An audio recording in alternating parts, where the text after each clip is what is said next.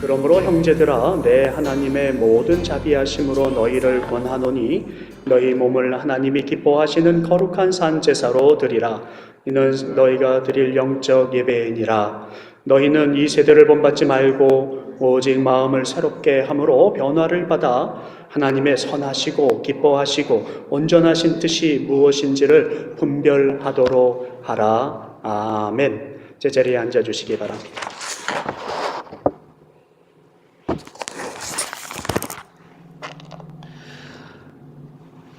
여러분들도 예배에 감동을 받았던 그 순간들을 기억하실 때가 있습니다. 제가 신학교 때요, 그리고 또 그 전에도 그랬습니다. 예배가 얼마나 기다려지고 예배가 좋았는지 저희 교회, 제가 섬기는 교회뿐만 아니라 주변에 타 도시까지 밤에 집회가 있으면 따라가서 예배에 참석을 하고 한두 시간 차를 몰고 돌아오는 사이에도, 그리고 집에 잠자리에 누워서도 아내랑 설교와 그리고 받은 은혜를 나누었던 그 순간들을 기억을 합니다. 지금도 예배는 참으로 귀한 저의 삶의 기쁨이라고 말을 해도 좋습니다. 사랑하는 성도 여러분, 여러분들에게도 그 예배가 있음에 여러분들이 다시 삶이 유지되어지는 것을 기억하실 때가 있을 것입니다. 순간순간 우리가 예배가 힘들고 삶이 고통스러웠고 지쳤던 순간에 예배를 대할 때에 우리는 그렇게 그 순간들, 내가 받았던 기쁨들을 다시 기억을 하면서 그 감동을 기억을 하면서 주님을 만날 준비를 하시는 것 참 좋은 그런 시간이라고 생각이 됩니다. 어느 교회에 한 성도님이 계셨는데 그 성도님은 항상 앞자리에 오셔서 눈물을 흘리면서 예배를 드리시는데 얼마나 간절하게 예배를 드리시는지요. 그러나 그분이 예배를 마치면 아무 소리 없이 활짝 웃는 미소를 띄우시고는 또 돌아가시고, 예배가 시작하기 전에 어떤 예배든지 간에 그 자리에는 그분께서 오셔서 그렇게 기쁨으로 예배를 드리는 모습을 볼 수가 있습니다. 근데 이분이 사회생활도, 직장생활, 그리고 공동체생활, 자기 가정생활도 그렇게 활짝 웃는 기쁨으로 생활을 하십니다. 얼마나 기쁘게 생활을 하시는지요. 그 모습을 보면 사람들이 예수 그리스도께서 그곳에 계시구나 하는 것을 느낄 수 있습니다. 예배라 생각되어질 때마다 그분을 기억하곤 합니다. 그리고 또 예배를 드릴 때마다 저는 이 앞자리에 앉아서 제가 가장 감동받았던 예배를 생각을 하고 다시 제 마음을 추스리고 각오를 다지고 기대하는 마음으로 예수 그리스도를 만나기 위해서 기뻐하는 마음으로 옵니다. 여기서 예배를 드렸던 그분에게 한 분이 물어보았습니다. 왜 그렇게 기쁜 마음으로 예배를 드립니까? 알고 보니까 그분은 암을 선고받고 돌아가시기 바로 직전까지 정말 고생을 하시던 분이었습니다. 암 말기에 이제는 며칠 안 남았습니다. 그래서 병원에서 임종 예배 같은 그런 예배를 다 드렸는데 이분이 그날 그 시각에 은혜를 받았던 것입니다. 성령님께서 그의 마음을 움직였고, 그리고 예배가 이런 것이었구나, 소중한 것이었구나, 하나님 내가 이제 예배를 다시 정말 온전히 드릴 수 있도록 저에게 시간을 주시옵소서 해서 이분이 그 은혜로 인하여서, 감화 감동으로 인하여서 하나님께서 그에게 은혜를 주사 그분의 병이 치유가 되어서 기회를 갖게 되었던 것입니다. 그러니 그분은 순간순간 드리는 예배가 어떤 모습으로 예배를 드리겠습니까? 간절히 예수 그리스도를 만나는 모습으로 예배를 드린다는 것입니다. 예배는 이렇게 감격했던 순간들이 우리에게 있어야 되는 것이고요. 우리가 예수 그리스도를 꼭 예수 그리스도가 나의 구원자이심을 고백할 수 있는 예배가 돼야 참 예배가 될 것이며, 그 예배를 통해서 성령님께서 임하셔서 우리에게 능력을 주시는 그 하나님의 능력이 나타나는 그런 예배가 될 것입니다. 우리는 오늘 우리의 연약한 모습으로 한 주 한 주를 들어왔을 때 어떻게 예배를 드릴까를 생각해보는 그런 시간이 되었으면 좋겠습니다. 우리의 삶 가운데 예배를 통하여서 우리가 능력을 받고 힘을 얻을 수 있는 예배가 되어야 되기 때문입니다. 첫 번째, 우리는 하나님이 찾으시는 사람은 온전한 모습으로 삶의 예배를 드리는 사람입니다 라고 기억하기를 바랍니다. 하나님이 찾으시는 사람은 온전한 모습으로 예배드리는 사람이라는 것입니다. 하나님이 찾지 않으시면은 저희가 어떤 모습으로 어떻게 예배를 드려도 좋습니다. 그러나 하나님이 우리를 찾으시기 때문에 우리는 어떤 모습으로 예배를 드려야 되냐면 하나님께서 원하시는 그런 사람의 모습으로 예배를 드려야 하는 것입니다. 그래서 우리는 삶이 곧 예배입니다를 기억해야 합니다. 우리의 삶이 하나님께서 찾으시는 우리의 모습이 곧 예배를 드리는 사람의 모습과 같다는 것입니다. 영과 우리의 육체가 항상 하나가 되어서 하나님 앞에 예배자로 서는 사람, 그 사람을 오늘 이 시각에 주님께서 찾고 계시고, 오늘 그렇기 때문에 그 예배자로서 우리가 서기 위한 우리의 각오도 또한 남달라야 하는 것입니다. 예배는 있으나 영이 없다라고 사람들은 투정을 합니다. 건물은 있으나 교회는 없다라고 세상 사람들과 또 우리 기존의 많은 크리스찬들이 이제 자각하기 시작을 합니다. 우리가 잘못 드리는 예배의 모습을 보고 다 나온 말들입니다. 예배에서 우리는 주님을 만나야 이런 소리가 안 날 것입니다. 예배는 있으되 영이 살아있지 않는 것, 예배는 있으되 주님이 계시지 않는 것이 예배냐는 것입니다. 예배에서 우리는 주님을 꼭 만나야 그 예배가 예배다운 예배가 되는 것이지요. 그 예배를 통하여서 주님께서 우리에게 지혜를 주실 것이고, 그 예배를 통하여서 주님께서 우리에게 소망을 주실 것이고, 그 예배를 통하여서 예수 그리스도께서 성령님의 그 뜨거운 능력을 우리들에게 보여주시고 행사하실 것입니다. 그렇기 때문에 우리가 예배 한순간의 예배는 우리의 연약한 모습으로 와서 드릴 때마다 우리의 버틸 수 있는 큰 능력이 되어야만 합니다. 예배를 통하여서 여러분, 우리의 모습을 버텨내시기 바랍니다. 우리가 그 안에서 버텨야 합니다. 예배를 통하여서 기다려서 그 공급받아야 할 힘, 능력, 소망, 이것을 받아야 하는 것입니다.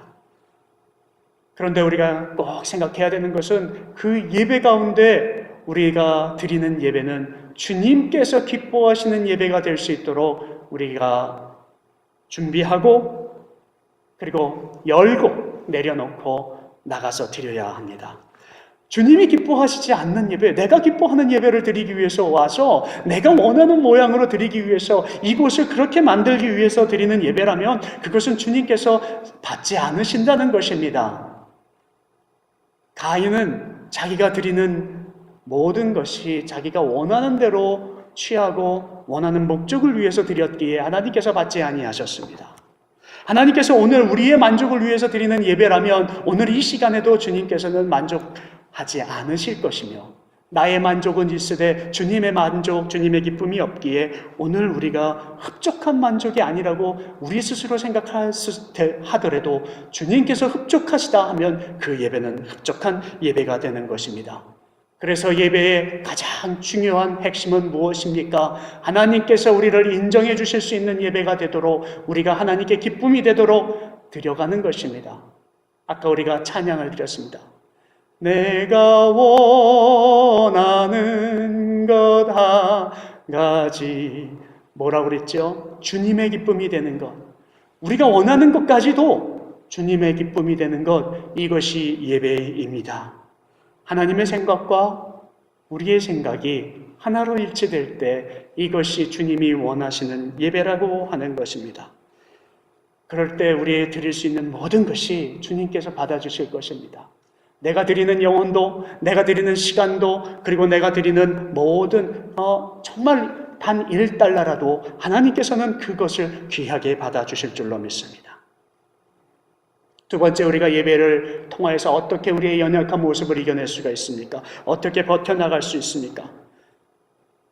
예배 안에 능력이 있는 것입니다. 어떤 능력이요? 우리의 힘, 우리를 극복할 그 연약함을 극복할 힘이 그 안에 내재되어 있습니다. 그래서 그 예배를 통하여서 우리의 삶이 버텨낼 수 있어야 합니다. 그리스도의 기쁨 보이지 않는다면 그곳에 어찌 능력이 나타나겠습니까? 주님께서는 우리를 통하여서 변화되시기를 원하시고요. 우리의 삶이 그 변화되는 가운데 주님이 기쁨 받으시기 합당하셔야 된다는 것이지요. 온전히 우리의 십자가를 생각을 하면 우리가 변하지 않을 수가 없을 것입니다. 왜요?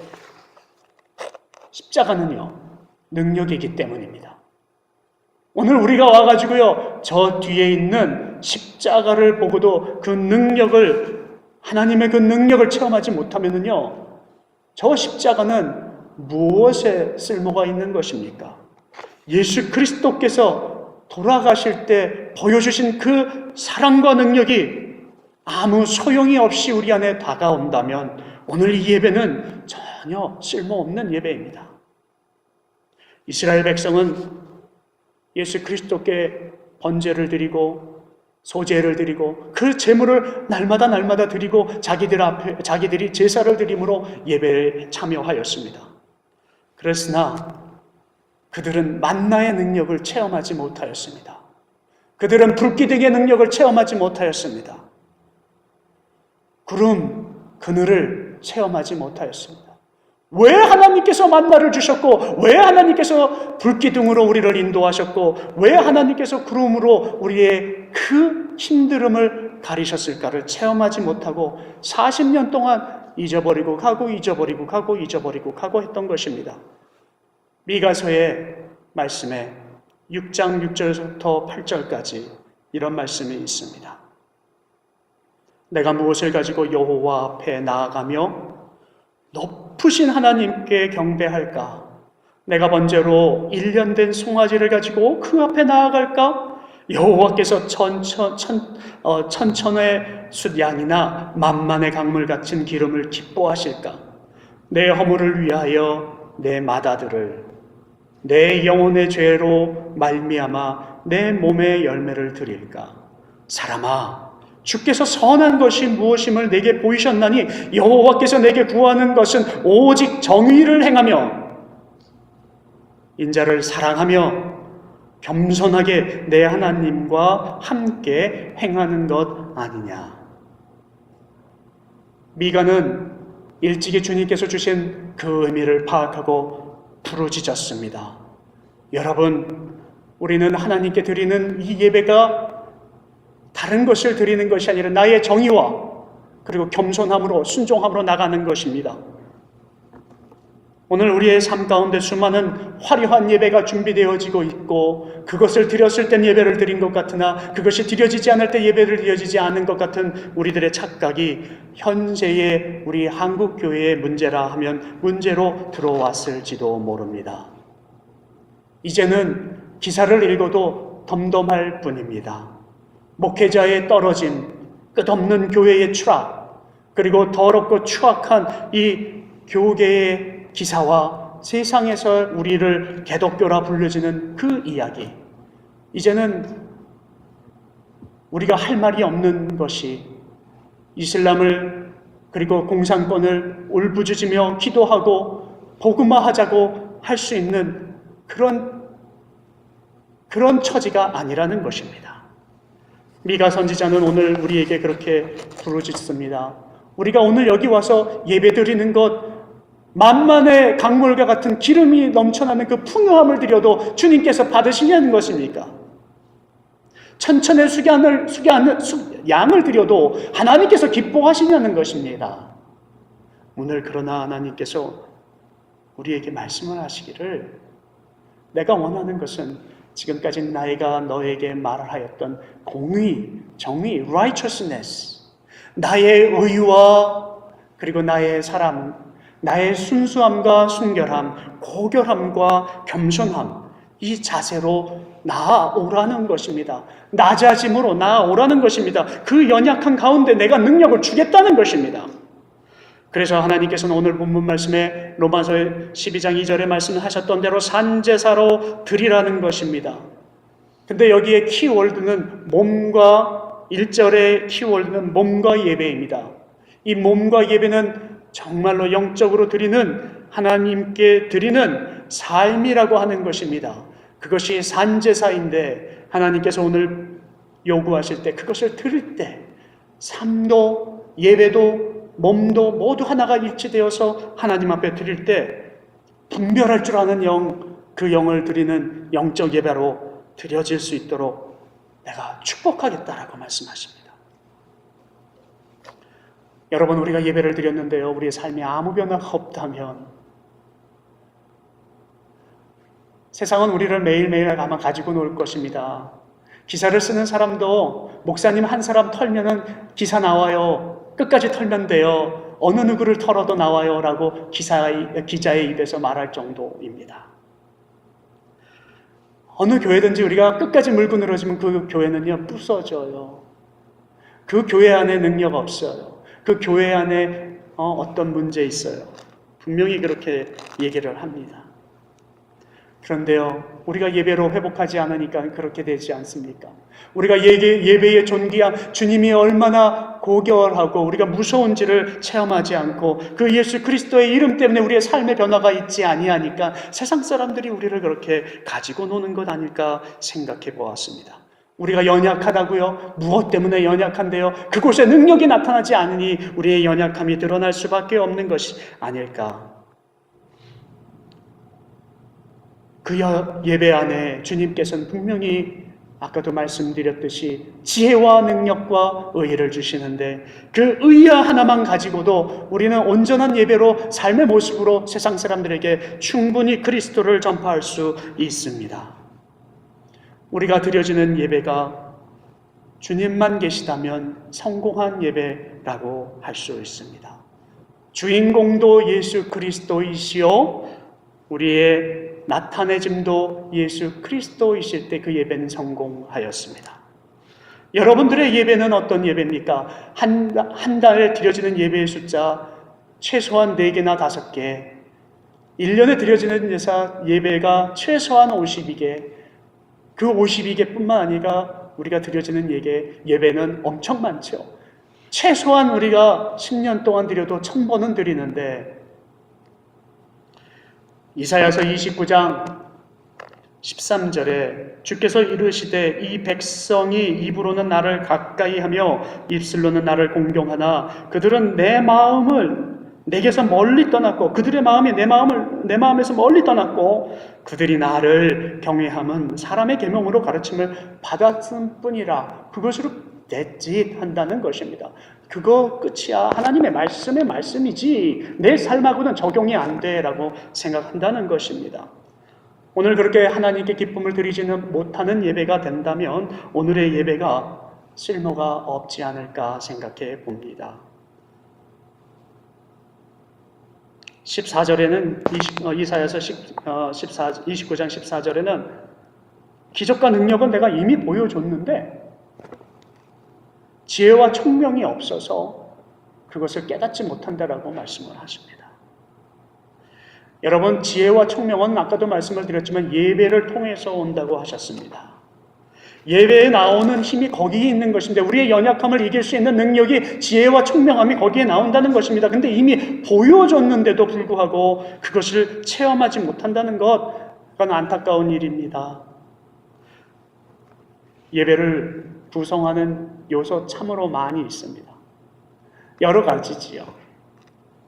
그러나 가장 중요한 것은 우리의 마음의 회복입니다.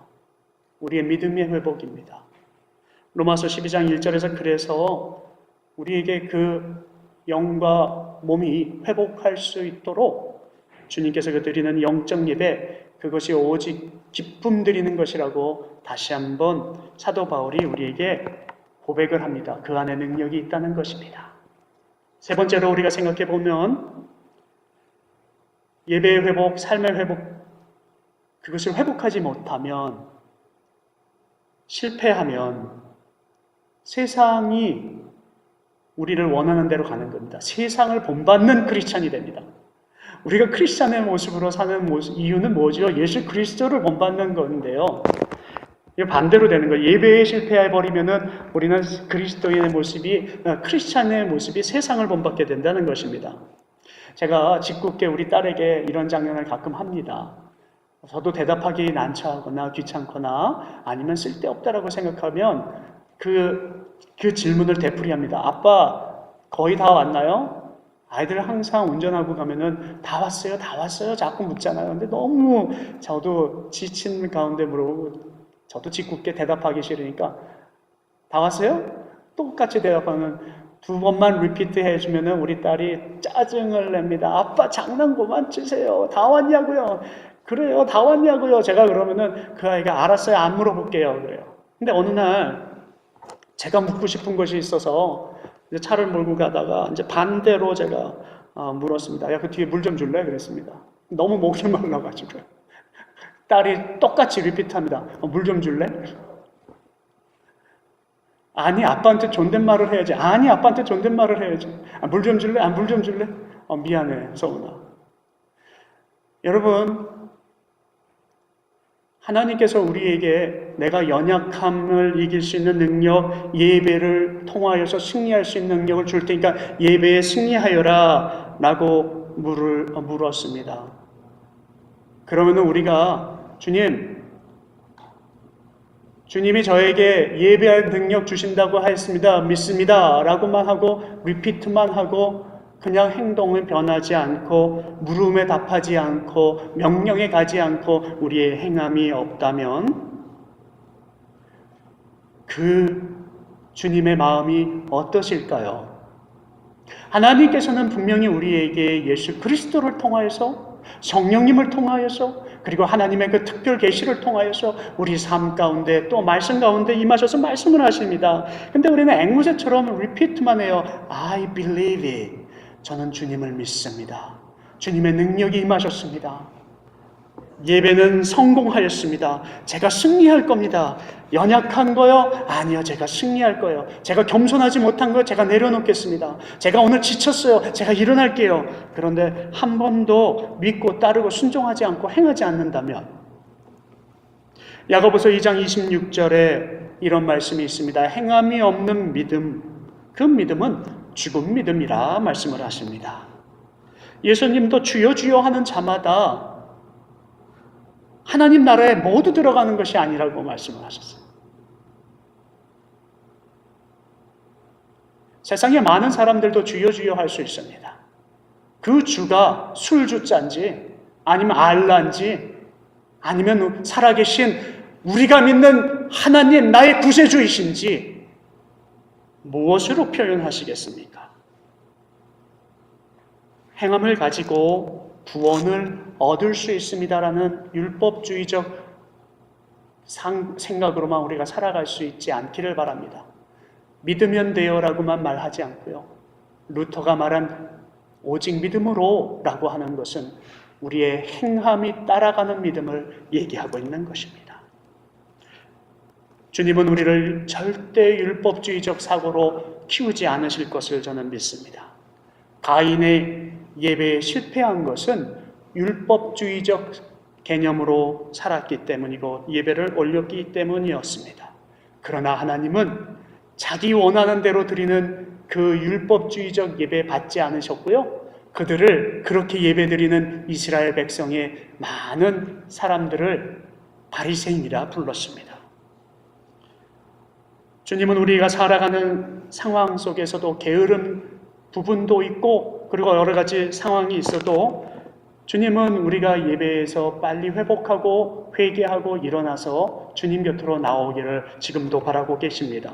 의인은 없나니 하나도 없다라고 하는 로마서 3장 10절의 말씀, 그리고 하나님께서 마태복음 5장 48절에 하늘에 계신 하나님께서 완전하신 것 같이 너희도 완전하라 라고 말씀하신 이 두 문장이 어떻게 매치가 되는지를 그 해답을 주는 것이 오늘 로마서의 말씀이라고 하는 것입니다.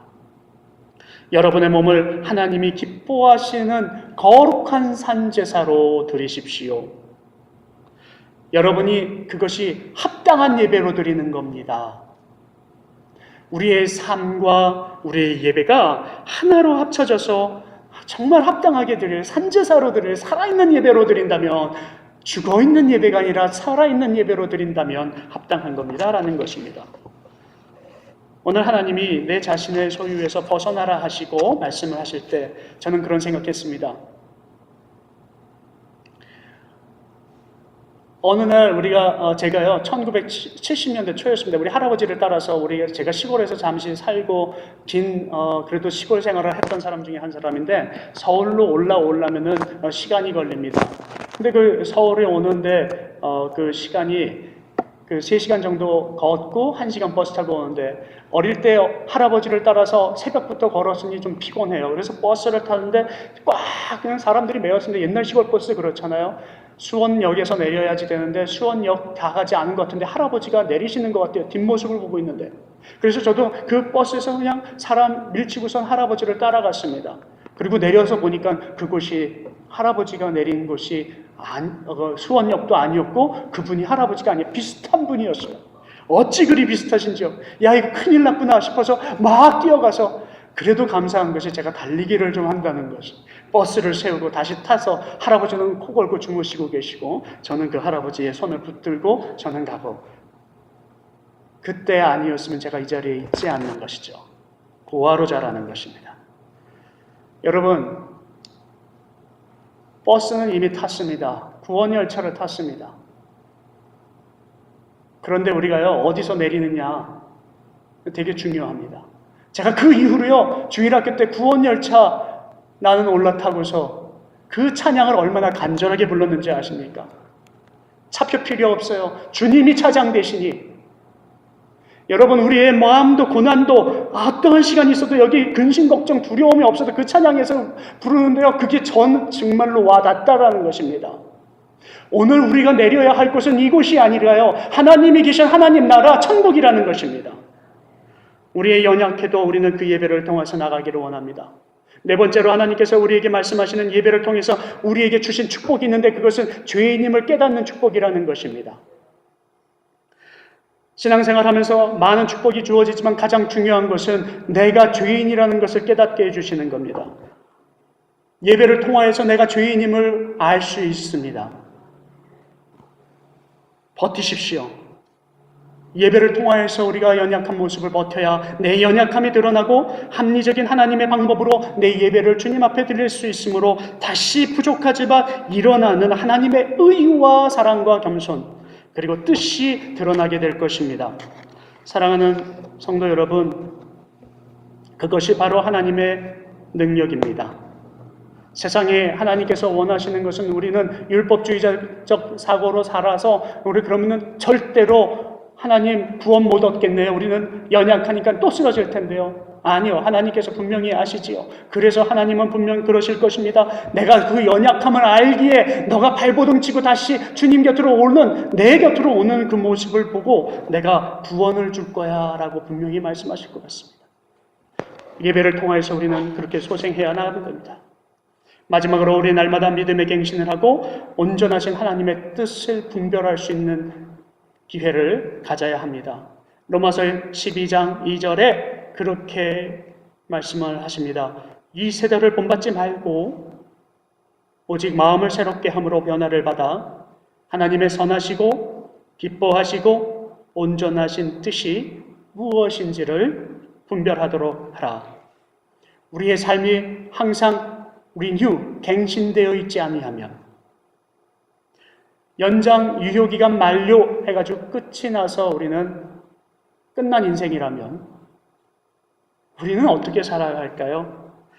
여러분 우리는 예배를 통하여서 날마다 우리의 믿음이 갱신되어지고 회복되어지는 영적 예배 이것이 하나님의 죄입니다. 아닙니다. 내가 이렇게 다시 힘을 얻어야 됩니다. 소망을 가져야 합니다. 이것을 분별할 수 있는 예배를 드려져야만 하는 것입니다. 그럴 때 비로소 우리가 세상 나가서 우리의 삶에 변화가 있을 것이고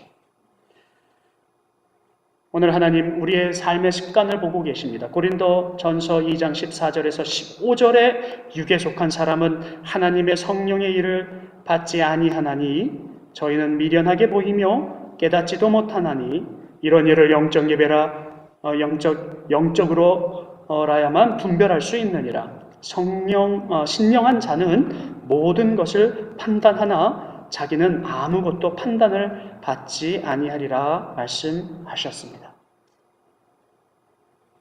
신령과 진정으로 예배를 드리는 우리 되어서 영적 예배를 통하여서 우리의 무지와 교만이 내려지고 다시 삶의 변화를 깨우치고 나가서 발버둥 치는, 살아나고자 하는, 허둥지둥 빠지지 않고자 하는 우리의 신앙의 모습이 나타내어질 때, 예전에 시내산에서 모세 나무 떨기에 임하셨던 하나님, 그러나 이제 변화산에서 예수 그리스도께서 보여주시고 성취하신 모든 주님의 임재가 그곳에서 우리의 예배 가운데 임하고 완성되어질 줄로 믿습니다.